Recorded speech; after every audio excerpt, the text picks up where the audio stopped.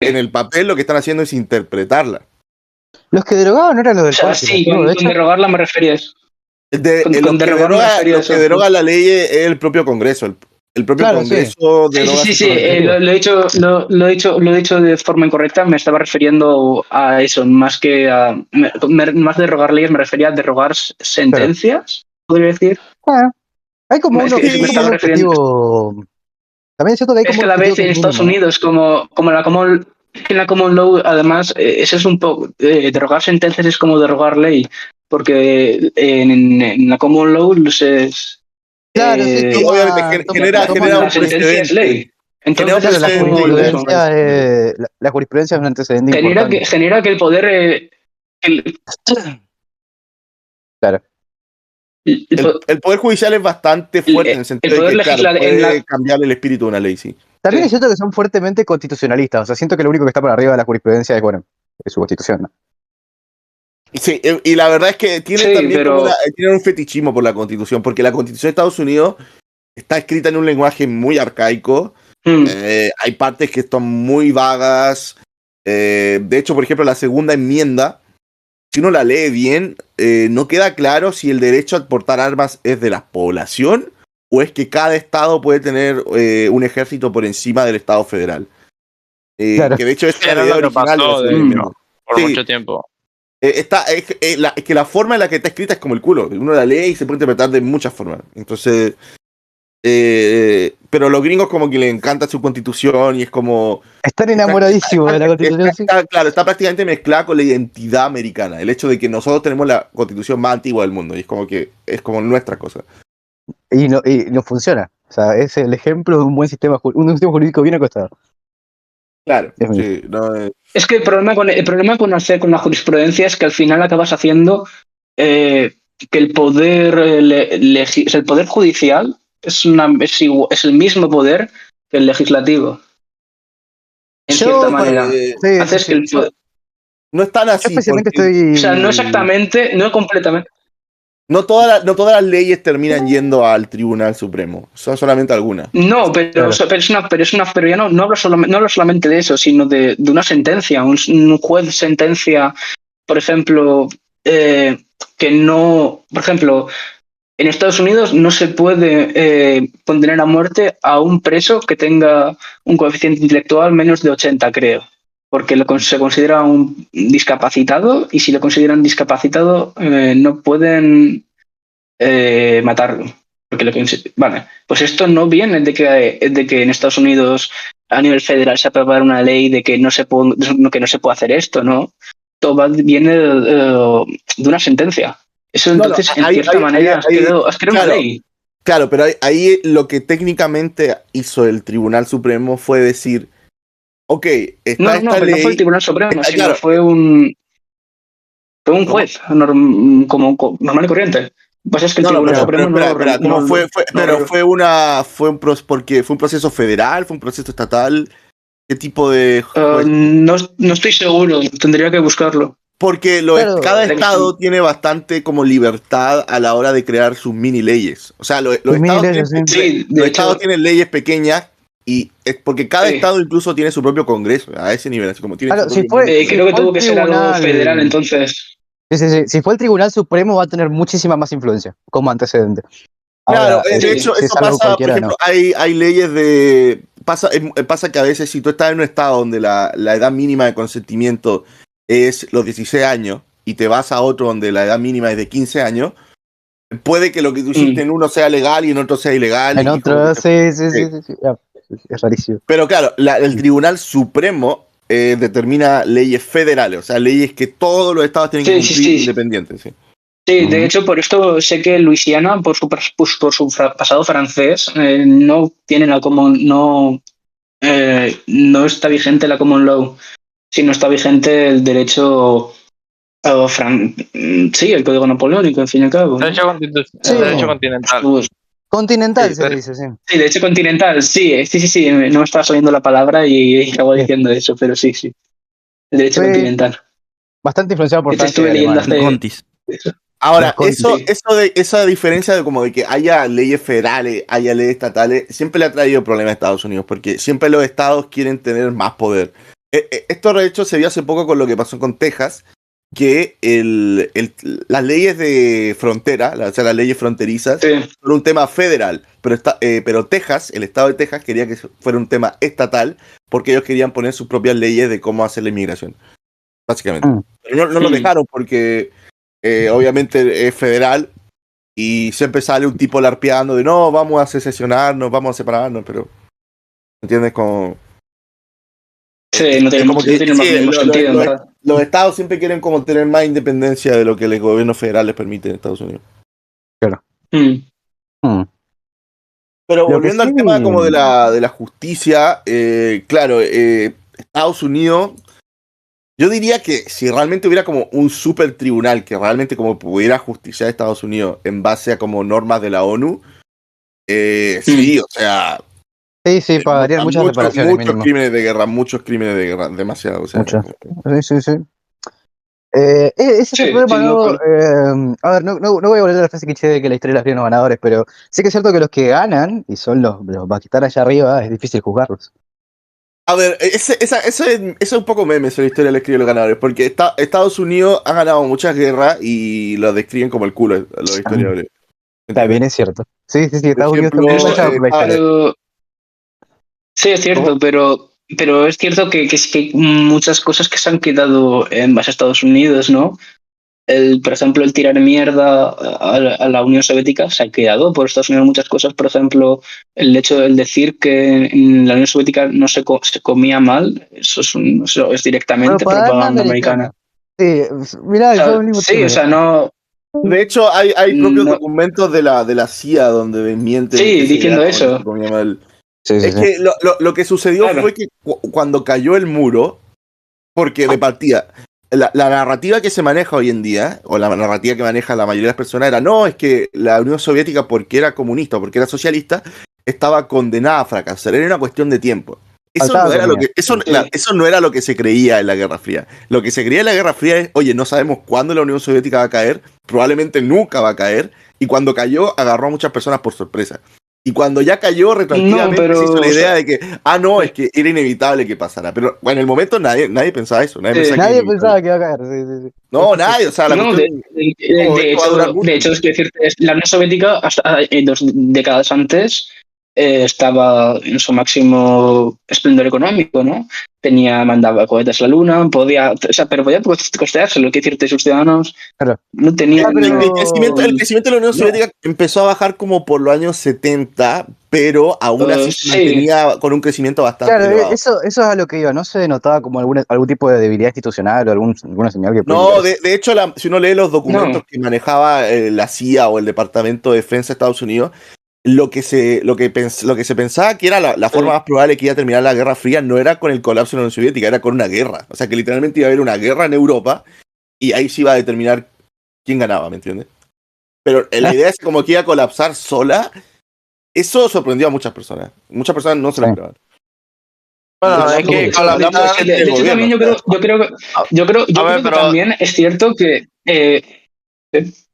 Hay que tener mucha creatividad para decir que colapsó sola, ¿no? Un golpe de estado dentro del estado no es como cayó sola, ¿no? No digo que cayó sola, pero me refiero a esta idea de que la forma en la que cayó fue pacífica, o sea, no es como que hubo una guerra con Estados Unidos o en Europa, así como...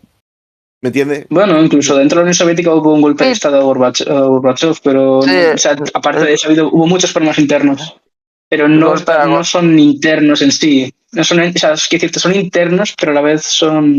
Son internos, pero hubo mano extranjera.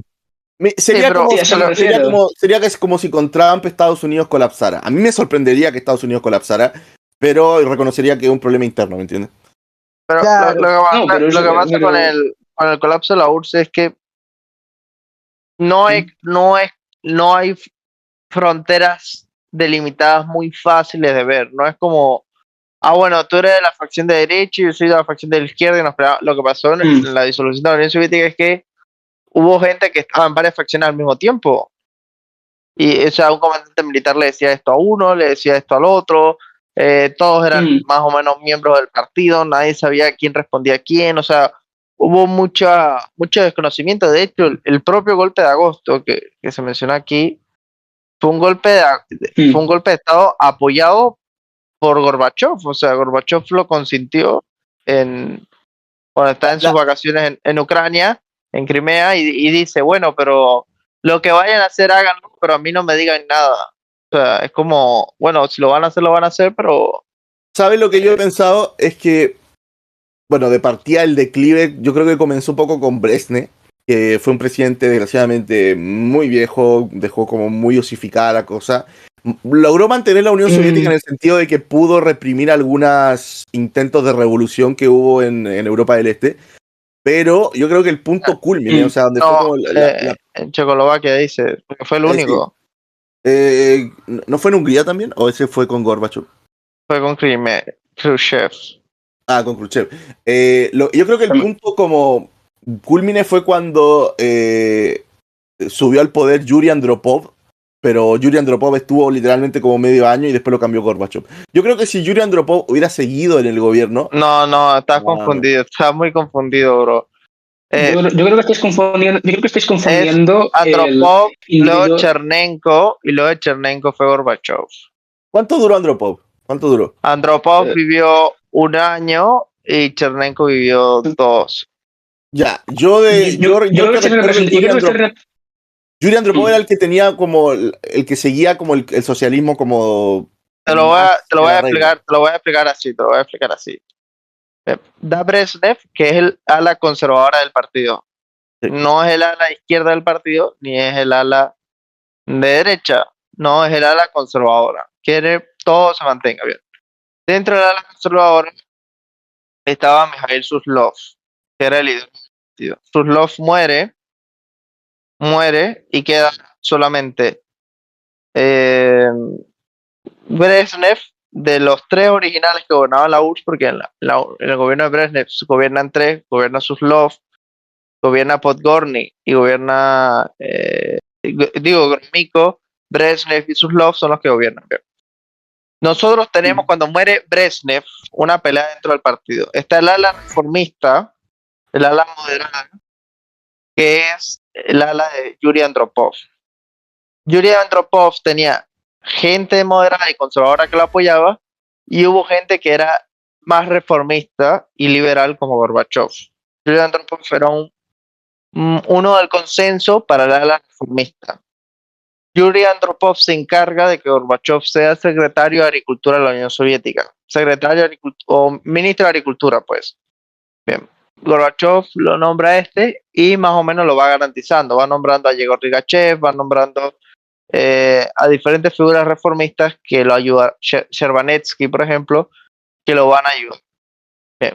Cuando muere Andropov, como el péndulo había girado hacia los reformistas, el partido pues había cogido un temor, ¿no?, hacia la reforma, y entonces votan a otro miembro, incluso más duro que Brezhnev, de la ala conservadora, que era Konstantin Chernenko.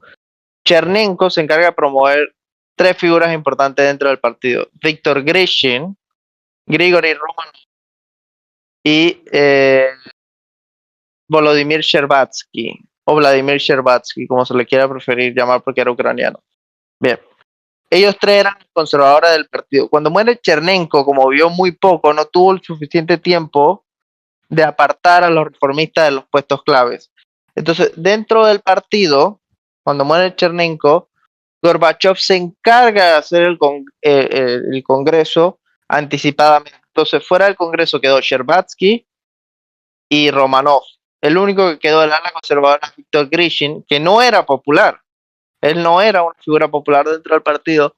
Entonces, como el Congreso lo llamó Gorbachev, sin que estuvieran estas otras 2 figuras conservadoras, el ala conservadora no tuvo cabeza, porque esas eran las 2 cabezas principales del ala conservadora, y entonces, por una cuestión de consenso, no llevar la contraria, si este es el nuevo secretario general, ¿qué va a pensar de mí si yo voté en contra de él? Entonces se vota Gorbachev de manera unánime como secretario general del PQ, del Partido Comunista de la Unión Soviética. Gorbachev lo primero que hace en su primer año fue destituir a Shcherbatsky en Ucrania, y que luego sucedería la tragedia de Chernobyl, destituyó a Romanov, destituyó a Grishin, y entonces como comenzó a promover muchos, lo que él entendía como reformistas, que luego él se daría cuenta, y él mismo en su memoria escribiría que no se dio cuenta que realmente esto eran nacionalistas, estos no eran reformistas dentro del partido, sino eran directamente nacionalistas que estaban hartos de pertenecer a la Unión Soviética y querían su propio cúmulo de poder, ¿no? Lo mismo pasó aquí en Daniel, una consulta. ¿Tú crees que la Unión Soviética hubiera seguido viva si hubiera permanecido Yuri o Cherenko? Con cualquiera de los dos. Yuri Andropov, a pesar de que era reformista, era un hombre muy práctico. Podemos decir que Andropov era el Chen Yun soviético. Chen Yun fue el viceprimer ministro de China con Deng Xiaoping. Cuando la reforma de Deng Xiaoping, cuando muere Deng Xiaoping, la figura que se encarga de que las reformas no signifiquen el colapso del Partido Comunista fue Chen Yun. Chen Yun fue quien destituyó a Jiang Zemin cuando pasó lo de la plaza de Tiananmen. Es decir, Andropov era un hombre profundamente comunista. De hecho, la única medida económica que tomó Andropov en vida se le conoce como enforcing discipline, imponer la disciplina dentro del partido. ¿Qué era imponer la disciplina dentro del partido? Que nosotros somos comunistas, no pueden haber escándalo de corrupción, que mira que hay que ser transparente, que mira que hay que hacer lo otro. O sea, Andropov, a pesar de que era reformista económicamente, no había una duda absoluta sobre su lealtad a la causa. De hecho, Andropov fue quien se encargó de la revolución húngara de 1956, de aplastarla, y de la de Checoslovaquia. Porque esa era la tesis que yo manejaba, que si de haber vivido Yuri Andropov, probablemente la Unión Soviética, no sé si seguiría hoy en día, pero habría aguantado mucho más de lo que duró con Gorbachev. Sí, sin lugar a dudas. De hecho, el modelo de Yuri Andropov, podemos decir que era el modelo húngaro, porque János Kadar, que era el presidente, secretario general del Partido Comunista Húngaro, Partido de los Trabajadores Húngaros, él era íntimo amigo de Yuri Andropov. De hecho... Pero no consideraría revisionista. Para terminar, en 1978 a Kadar le hacen un intento de golpe de Estado dentro del Partido de los Trabajadores Húngaros, que eso lo hace, se me olvida su nombre, y al final fue el apoyo de Yuri Andropov quien lo aseguró. O sea, el modelo, cómo se hubiese visto la URSS de haber vivido más tiempo Yuri Andropov, era toda la Hungría de János Kadar. O sea, toda la Hungría de János Kadar, que es la Hungría del 56 hasta el 89, eso es lo que hubiese sido la Unión Soviética con Yuri Andropov. Ahora, si es revisionista o no, no entiendo qué quiere decir por revisionista. Que criticó a Stalin, ¿quieres decir? Que porque hubo una diferencia dentro del 21 Congreso. No me refiero exactamente a eso, sino... O podría ser una de las formas de decirlo, pero no es exactamente eso lo que quiero decir. A ver. Yo tenía esa era la narrativa que yo tenía entendida, que las cosas podrían haberse prevenido, claro, porque desgraciadamente vivió muy poco, se murió por el problema de los riñones que tenía el tipo. Pero también Chernenko se murió muy joven. Bueno, joven no, pero se murió rápido. El tema creo que estáis hablando mucho de personas, ¿no? Más que de lo que tendría que ser, o sea, más que de facciones. No, pero es que yo puedo explicar bien el tema de las facciones. Yo estudié mucho la sovietología, que es el estudio de la Unión Soviética, en todos los apartados políticos, económicos, sociológicos, y sé bastante bien cómo funciona de las facciones, pero sí. Me causa duda. ¿Qué te refieres por revisionista? ¿Por lo que pasó en el 20 y 21 Congreso? Lo que pasó en el 20 y 21 Congreso fue el discurso de de Khrushchev, ¿no? En contra de Stalin. Sí, sí, el 20 Congreso es el discurso secreto y en el 21 es la expulsión del grupo antipartido. El grupo antipartido eran los remanentes pro-Stalin que habían en el partido. Más que eso, no, al contrario, yo me refiero más que nada a la introducción de dinámicas de mercado dentro de la Unión Soviética. No, bueno, la dinámica... Eso empezó con Nikita, ¿no? Sí, bueno, de hecho, empezó con Stalin para muchas personas. De hecho, es una de las críticas que hace Trotsky. Sí, podríamos incluso decir que fue Lenin con el capitalismo de Estado. De hecho, es bastante curioso porque en la Unión Soviética, inicialmente en los años 30, a finales de los 20, inicio de los 30, habían 3 facciones: facción de derecha, la izquierda y la del centro. Corrugado, ¿tú cuál crees que pertenecía a Stalin de las 3 facciones? ¿La de izquierda, la del centro o la de la derecha? ¿Qué quiere decir ¿Qué quiere decir? Esa denominación de que existe. ¿Qué significa esa denominación? Pero es una pregunta Corrugado que va a ilustrar la idea que yo quiero mostrar. Tengo entendido que Lenin no tenía una visión muy ortodoxa con su plan ese como 2x1 que quería hacer. Claro. Pero no hablo de eso. Quizás centro.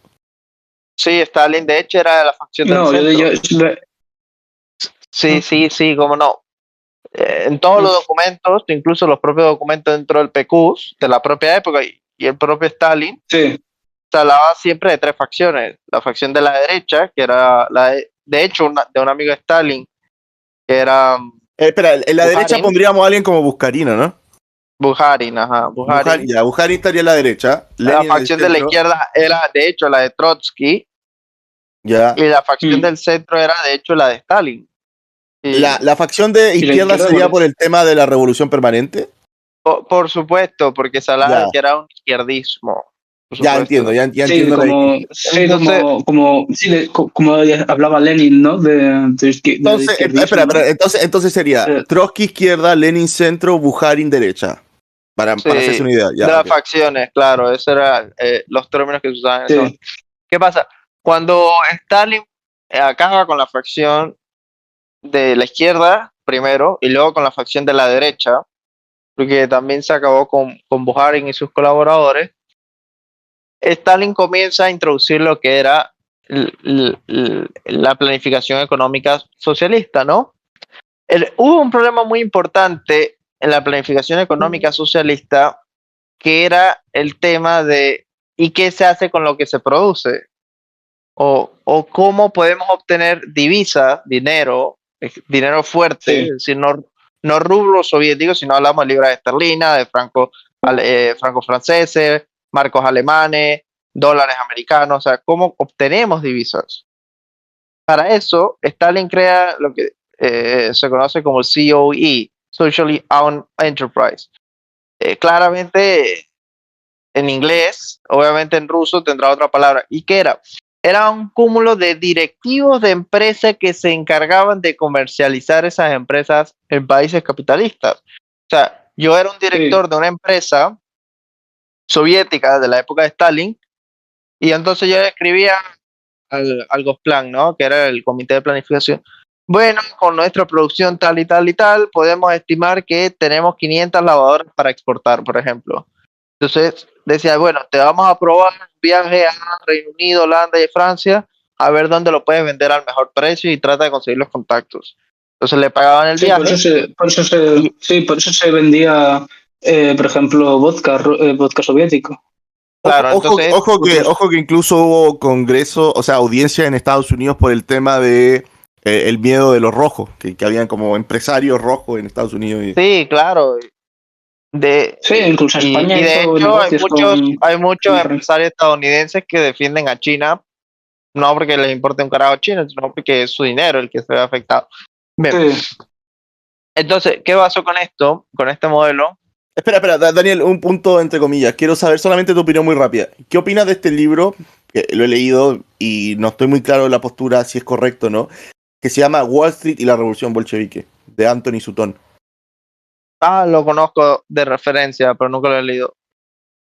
Ya, porque hablan de esas conexiones, pero el libro como que medio conspiranoico. No habla mucho de Stalin, habla más que nada como de cuando se formó la Unión Soviética, básicamente con Lenin. Quería saber si era como un buen libro o no, no sé. O sea, el tema eso de los empresarios y cómo se asocian a los estados, eso suena muy conspiranoico, pero sí hay muchas verdades en ese tipo de cosas. No he leído ese libro, así que no puedo decir ese libro. La tesis que se maneja el libro era que originalmente lo que la mayoría de los empresarios estadounidenses querían era al gobierno de Kerensky, o de Kerensky. Kerensky, sí. Claro, y ahí lo apoyaron, y una vez que colapsó y llegó Lenin, dijeron, bueno, tenemos que meter algo aquí o nos vamos a quedar sin nada, ¿me entiendes? Básicamente, entonces como que... Claro. Pero el plan original nunca fue apoyar a Lenin, el plan original era apoyar a Kerensky. Bueno... No tiro. Sí, el tema era que estos comités de directores de empresa obtuvieron mucho poder político y de hecho muchos de esos directores de empresa que obviamente eran miembros de los delegados del partido debido al poder que tenían, son los que respaldan a Khrushchev cuando se realiza el 20 Congreso, ¿no? Específicamente porque Kaganovich y Shepilov estaban muy en contra de lo que eran los poderes a estos directivos de empresa.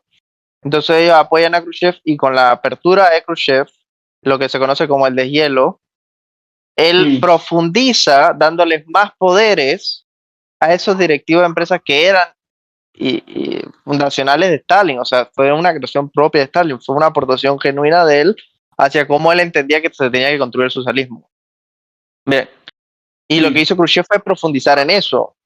Y lo que hizo Khrushchev fue ampliar que hubiese más gente en ese proceso, pensando de que, bueno, si hay más gente, es más fácil controlar el proceso.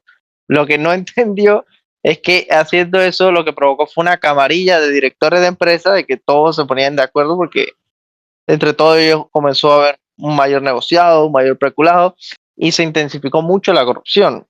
A tal punto que hubo empresas soviéticas que vendían sus producciones a pérdida, a exportación, porque se llevaban una comisión. Y viceversa, se llevaban comisiones también por importar productos. Por ejemplo.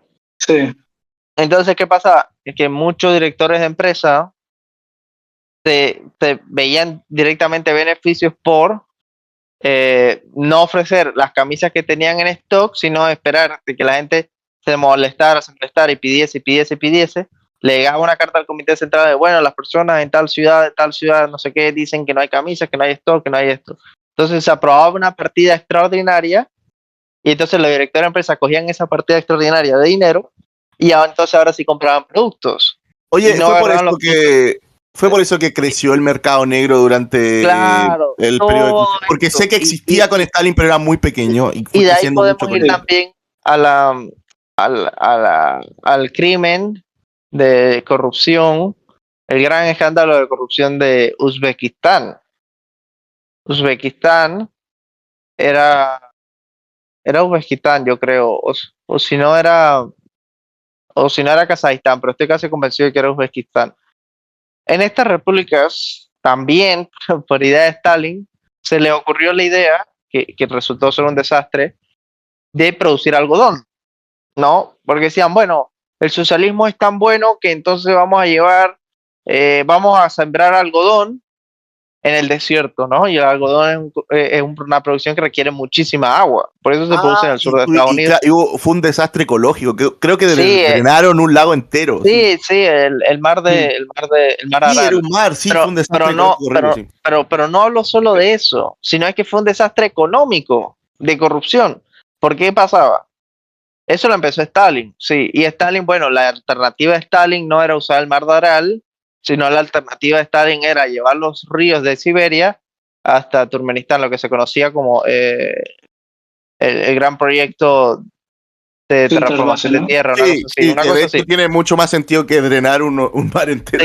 Sí, bueno, entonces Khrushchev, que era, según él, muy inteligente, muy astuto, Decía, bueno, ¿para qué vamos a llevar ese río si sale más barato sacar el agua de este mar?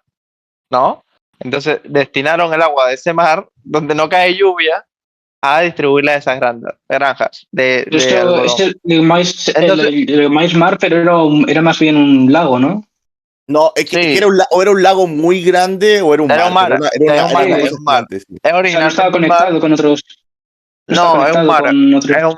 Es un mar porque no va a abastecer tantas repúblicas siendo un lago, no tiene sentido. Es un mar. No, pero por ejemplo, el mar Negro es un lago, al fin y al cabo. Por ejemplo. Bueno, sí, bueno, como se quiera ver. Bien, entonces bueno, y los continentes son grandes islas, pero el tema. No, no de eso, sino de que no se ha conectado a otros océanos. Y los continentes no están conectados entre sí, o sea, ya no existe Pangea, ahora son grandes islas, pero lo importante. Sí. Lo importante es que ¿qué pasó? Que en el gobierno de Khrushchev, y especialmente con el de Brezhnev, esto fue con Rashidov. Bien. Khrushchev y Brezhnev ponen a Rashidov como secretario general del PQS en Azerbaiyán. El PQS es el Partido Comunista de la Unión Soviética. Entonces, lo ponen de secretario general de Azerbaiyán. Azerbaiyán no, Uzbekistán. Entonces, como era una política que se llamase estratégica el crecimiento del algodón, le daban unas bonificaciones a ellos y a toda la cúpula del partido de Uzbekistán por la producción de algodón, por el exceso o el excedente de la producción de algodón. O sea, el plan quinquenal decía, bueno, este año tienes que producir 100 toneladas y si producías 150 te daban una bonificación, ¿no? Bien. ¿Qué pasó? Que ellos comenzaron a sacar trabajadores de otras fábricas para llevarlas al algodón. Comenzaban a producir algodón y comenzaron a falsificar muchos datos de algodón, muchísimos datos de algodón. Y se llevan grandes cantidades de dinero como beneficio, ¿no? Bueno, fuiste muy productivo, toma, aquí tienes. Aquí hay un problema. Claramente cuando tú falsificas números, cuando el gobierno central te va a decir, bueno, exporta ese algodón, ¿qué vas a hacer? Bueno, la solución de Rashidov fue sencillo. Se lo exportaban a la India. ¿Y qué hacía la India? Era el gobierno de Gandhi, Indira Gandhi, no estamos hablando de Mahatma, hablamos de Indira. Entonces le dio dinero a altos cargos del gobierno de la India para que dijeran, bueno, aquí llegó 50 toneladas de algodón soviético y no había algodón soviético. ¿Y con qué se le pagaba el soborno a esos trabajadores soviéticos, a esos trabajadores hindúes? Obviamente con los excedentes y las bonificaciones que daba el gobierno central de la Unión Soviética. Y no solamente eso, sino dentro de la propia república. Bueno, ese tal, no sé qué, lleva a la planta de Tula el algodón porque se van a hacer camisas. Y iban a los directores de la fábrica de Tula y decían, bueno, director de la fábrica de Tula, aquí le vamos a dar X cantidad de millones de rublos y usted va a decir que llegó tal cantidad de algodón e hizo tal cantidad de camisas. Y entonces eso y eso. Entonces, cuando estalló el escándalo de Uzbekistán, que incluso dentro de la Unión Soviética fue casi tan importante como el de Chernobyl, porque los soviéticos nunca se imaginaron el nivel de corrupción y de putrefacción que hubo en las más altas estructuras del Partido Comunista. Y hablamos de que ese escándalo costó miles de millones de dólares todos los años de las arcas soviéticas. No ha habido un escándalo de corrupción más grande en el mundo que el caso del algodón en Uzbekistán. Y no se habla de eso. Y eso fue una de las cosas que llevó a la bancarrota económica de la Unión Soviética. O sea, estamos hablando de desperdicios brutales de dinero. ¿Con qué se pagaba? Con los excedentes de la exportación de petróleo. Porque la Unión Soviética se financiaba principalmente de divisas fuertes con la exportación de petróleo. Y de hecho, cuando se crea la OPEC y Arabia Saudí comienza a aumentar la producción de petróleo, cae el precio del barril, y entonces justo cuando cae el precio del barril también sale el escándalo de Rashidov en Uzbekistán. Y al final, todos los posibles factores económicos negativos coincidieron justo cuando llegó Gorbachev al poder. Y entonces él decía, bueno, aquí hay que solucionar, si la planificación no sale este tema de Rashidov, bueno, vamos a apostar por el modelo de Andropov y el modelo de Kadar, que no han dado tantos escándalos. Y obviamente ese modelo, en un país tan pequeño como Hungría, puede funcionar, pero en un país tan grande como fue la Unión Soviética, se delegó muchos poderes en esos secretarios generales del PQS de las repúblicas. Y como vieron lo que pasó con Rashidov, ellos decían, puta, y si a mí me agarran en un escándalo de esto, a mí también me van a quitar todo lo que yo obtuve. Porque hablamos de que Rashidov era un hombre como con 5 medallas de soviética, 10 medallas de trabajador, de héroe del trabajo socialista, o sea, era una persona con mucho poder que lo perdió de la noche a la mañana. Y así muchos otros secretarios vieron la posibilidad de perder sus poderes, y aunado también a que estaban insatisfechos con el gobierno central. O sea, al final fueron muchos factores que conllevaron. Pero una duda. ¿Tú crees que si Gorbachev hubiera sido como Brezhnev, que fue como mano dura con las revoluciones, como estas que hubo en el 89, podría haber aguantado la cosa? ¿O es que eso es algo que se le culpa mucho a Gorbachev, que fue muy mano blanda con las revoluciones que hubo, la revolución de Terciopelo, la revolución, la caída del muro de Berlín, todas estas cosas? Si él lo hubiera impedido, como lo hizo Brezhnev, ¿hubiera aguantado más la cosa o no? Pues la pregunta siempre va a ser dependiente de la personalidad de Gorbachev, porque de ahí requiere, ese tipo de actos requieren de voluntad política.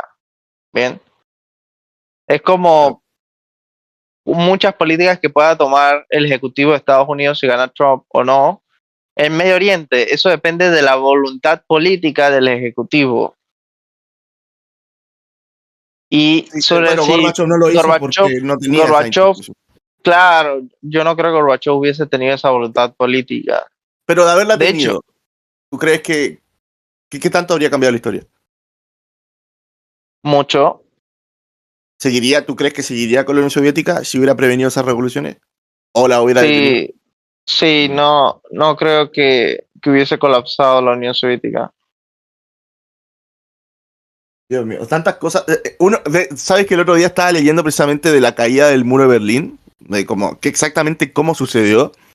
Y la caída obviamente hubo factores anteriores a eso, pero la caída fue como una estupidez. Literalmente como que alguien del partido de Alemania del Este tenía que dar una rueda de prensa y le preguntaron por el tema de la frontera, y como nadie le había explicado qué se había hablado, dijo por error que abriera la frontera, sí.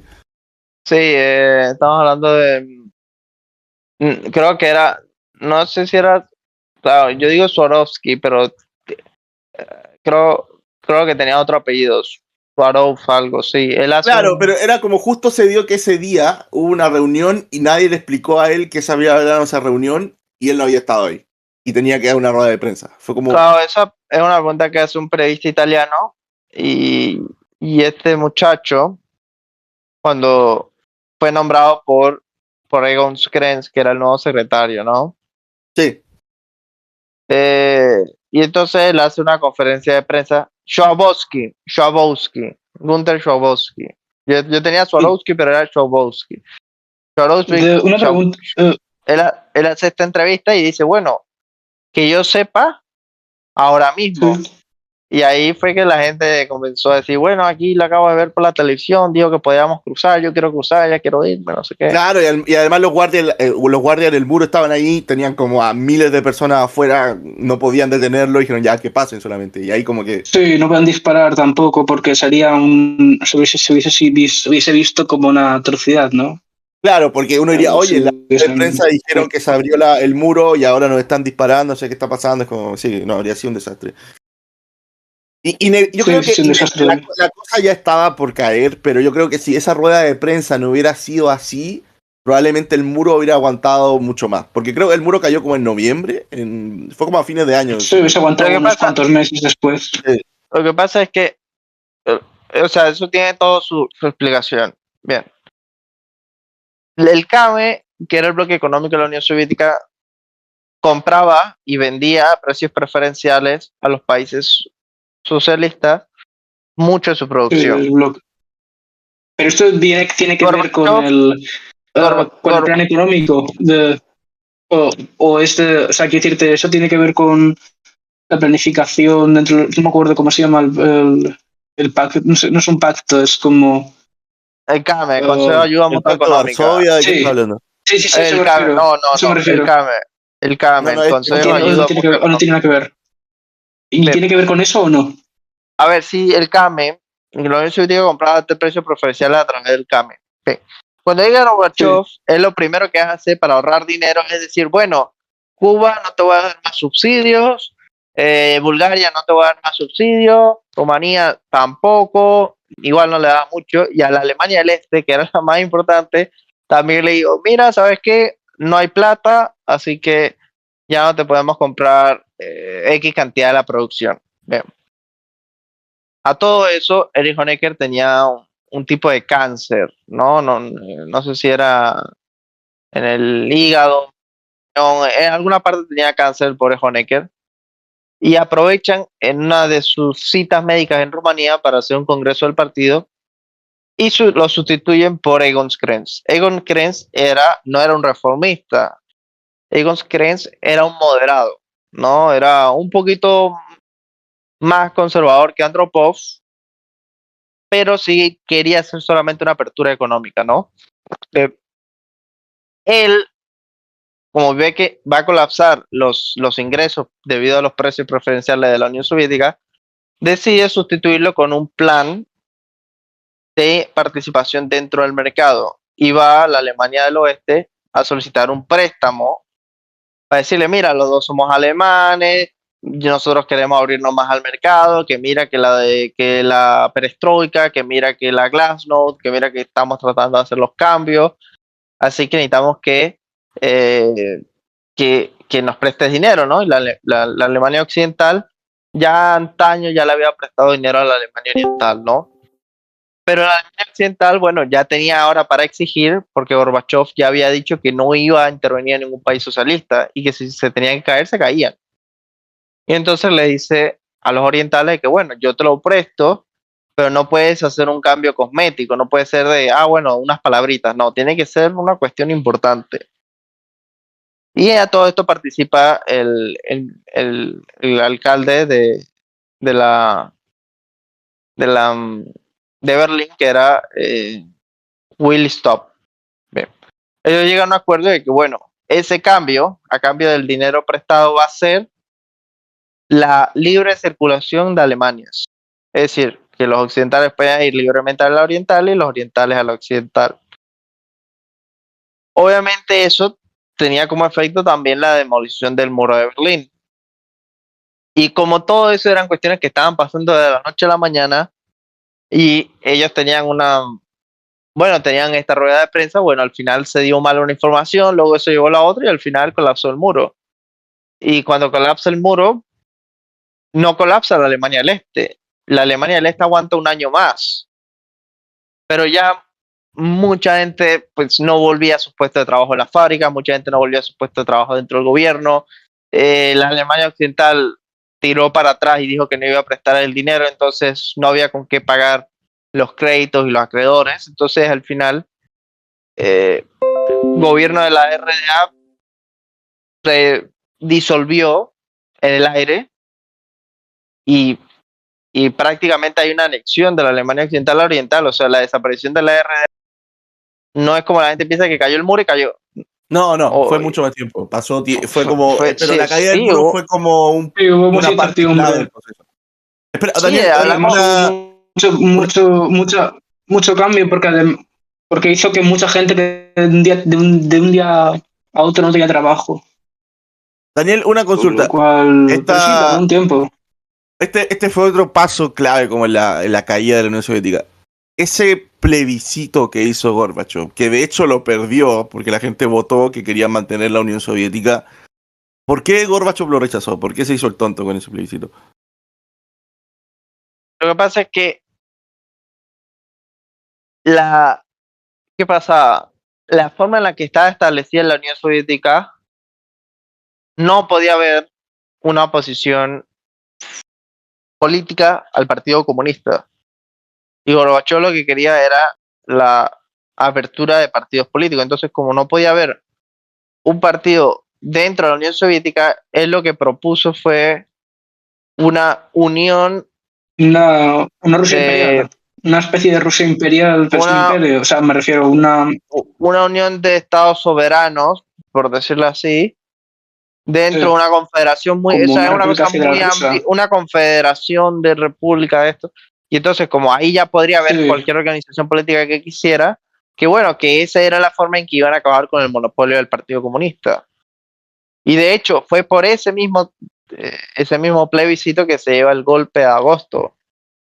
Porque vieron que el plebiscito salió en contra de Gorbachov. El plebiscito salió en contra de Gorbachov y Gorbachov aún así está impulsando las reformas, igual que Boris Yeltsin. Entonces, los miembros hablamos de Boris Pugo, hablamos de Khrushchev, que no es lo mismo que Khrushchev, todos ellos llevan estado en agosto, que al final fracasa porque Boris Yeltsin se monta encima de un tanque y comienza a decir, me tienen que dejar a mí gobernar, yo soy el presidente de la República Socialista de Rusia, yo soy. Y ya estaban todos estos elementos nacionalistas en las repúblicas bálticas, o sea, lo que pasa con los colapsos de las repúblicas socialistas es que nadie sabe dónde estaba parado, ni nadie podía entender cómo es que todo estaba pasando. O sea, todo un sistema que parecía monolítico desaparece de la noche a la mañana. O sea, es una cosa que tú no tienes idea de dónde tú estás parado y dónde vas a estar parado mañana. O sea, es un nivel extraordinario de incertidumbre. Y nadie sabe con quién estaba quién. Ni nadie entendía cómo estaba funcionando la economía. He visto entrevistas de la época y literalmente había personas que decían, yo ya no sé cómo en qué país estoy viviendo, así como ya no sé ni siquiera si mi pasaporte funciona, porque no sé no sé si estoy en la Unión Soviética, no sé si mi país ya es independiente, no sé qué. Todo esto, ¿puedo hacer una pregunta? O sea, no es por molestar, pero después me podrían, o sea, lo que están hablando del tema, si tienen bibliografía acerca del tema, me podrían pasar porque sinceramente me interesa, o sea, me gustaría. Hay un libro muy bueno que se llama ¿Cómo cayó la Unión Soviética? Hay un libro que se llama ¿Cómo cayó la Unión Soviética? Que a mi parecer, lo leí hace mucho, así que no me acuerdo mucho, pero me pareció muy bueno ese libro. Se llama así literalmente, ¿Cómo cayó la Unión Soviética? Es como de tapa roja. Ahora, no sé si el Daniel tiene otro, pero ese al menos yo lo leí. Obviamente es un libro un poco zurdo, así que claramente la culpa se la ponen a toda Gorbachev y a todos estos gobiernos, pero yo lo encontré bastante bueno. Ok. No. ¿Tú cuál conoces, Daniel, que sea como...? Espera, perdón, el libro se llama ¿Por qué cayó la Unión Soviética? Ok. No cómo. Lo escribió Jorge Saborido, creo que fue. Listo, anotado. Pero... Sí. Bueno, un libro que es muy bueno es el del Ludo Martens. Ludo Martens. Tiene un libro sobre la caída de la Unión Soviética.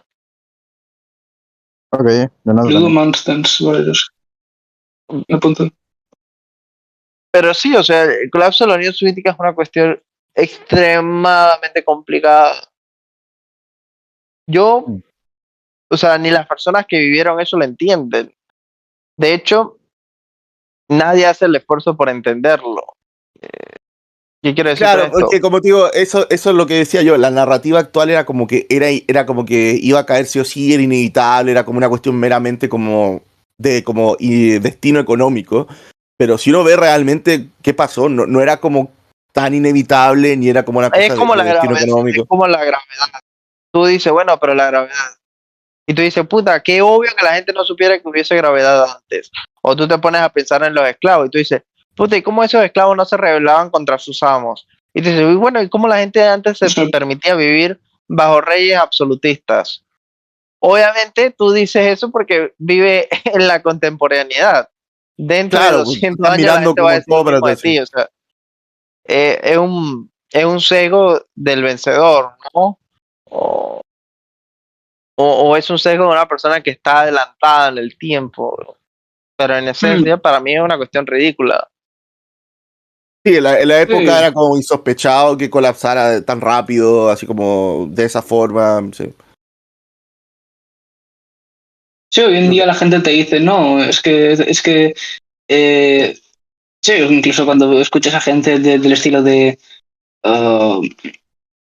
tipo anarcocapitalistas y cosas así raras. No, cuando te dicen que fue por el cálculo económico, es como, no fue por el cálculo económico, no fue por eso, no fue por eso.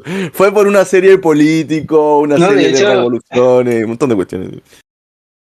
De hecho, hasta qué punto se puede presentar incluso errores de cálculo económico en el capitalismo, pero bueno, eso es discutible. Sí, bueno. También es cierto. Pero hay yo siempre recomiendo a la gente que el gobierno ruso siempre han tratado de no hablar de este tipo de temas, pero hay varias entrevistas que están en Rusia que se le hacen a las personas que participaron, por ejemplo, en el golpe de Estado de agosto, de ambos lados, tanto del lado de Boris Yeltsin y del otro lado. Y cuando tú las escuchas, tú ves que no hay un mismo relato. Cada vez que le preguntan a una persona diferente, cada uno da una opinión diferente. Claro, pasa un poco como con la caída, por ejemplo, de Roma, que hay 1.000.000 de explicaciones de por qué cayó Roma y todos van a hacer énfasis en algunas cosas por sobre otras. Porque pasaron tantas cosas al mismo tiempo.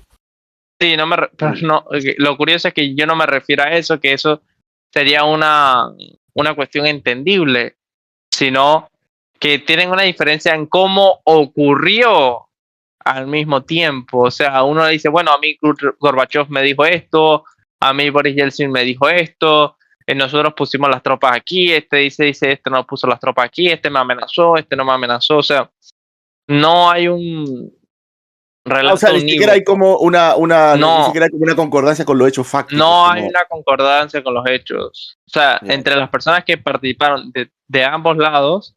¿Estás intentando decirlo algo muy conspiranoico? No, eso no es conspiranoico. Es simplemente que el proceso fue tan caótico que la gente que participó en el proceso tampoco entiende bien qué fue lo que ocurrió. O sea, sí, ¿cómo pasó? O sea, fue un proceso tan... Y entonces la gente te quiere venir con respuesta de 1 minuto de, bueno, cayó porque era muy obvio que iba a caer y la gente quería libertad. No, o sea, tú le preguntas, bueno, a mí Gorbachev me dijo esto, y están ahí. O sea, tú puedes ver los documentales de la gente que dice, bueno, yo pienso que pasó esto, y luego el otro te dice, bueno, pero yo creo que pasó esto otro. No hay una consonancia en ninguna de las versiones. Cuando poco nada tiene que ver con... Espera un poco, que yo tenía una conversación con DC pendiente, que ayer hablamos de la teoría de la evolución, tuvimos una discordancia, yo creo que las discordancias eran en hechos fácticos, pero él me dijo que leyó un poco más del tema y que iba a volver, así que te escucho, DC. Encontré